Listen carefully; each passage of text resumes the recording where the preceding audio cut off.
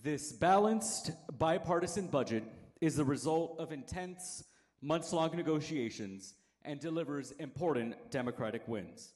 The plan is not perfect, and nobody gets everything they want.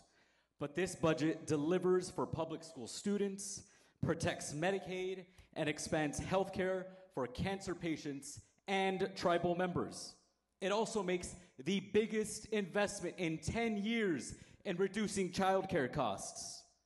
While far-right Republicans tried to rip away health insurance from thousands of Arizonans and attack dreamers attending public universities, Democrats stood firm and rejected every one of those extremist proposals.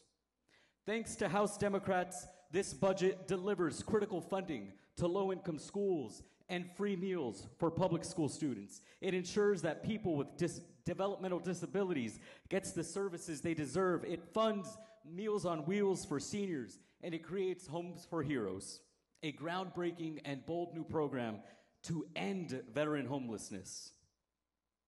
We also take on the housing crisis, offering millions of dollars in relief to Arizonans who are on the brink of eviction, investing millions of dollars in rental assistance and utility assistance, and this budget includes millions more in legal aid to help workers take on predatory corporations who violate workers' rights.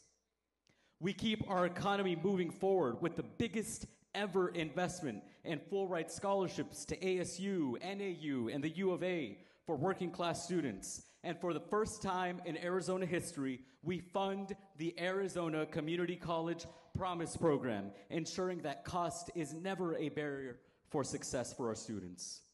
This is also a true public safety budget.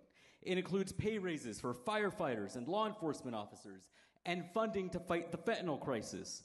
It protects survivors of domestic violence, and it does so without providing a dime to Donald Trump's mass deportation agenda and without funding SB 1070, which is enjoined and unenforceable.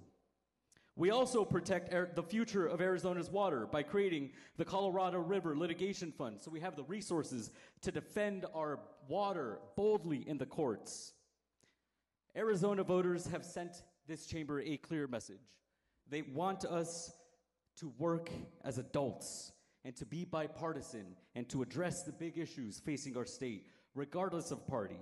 This budget delivers on that mandate.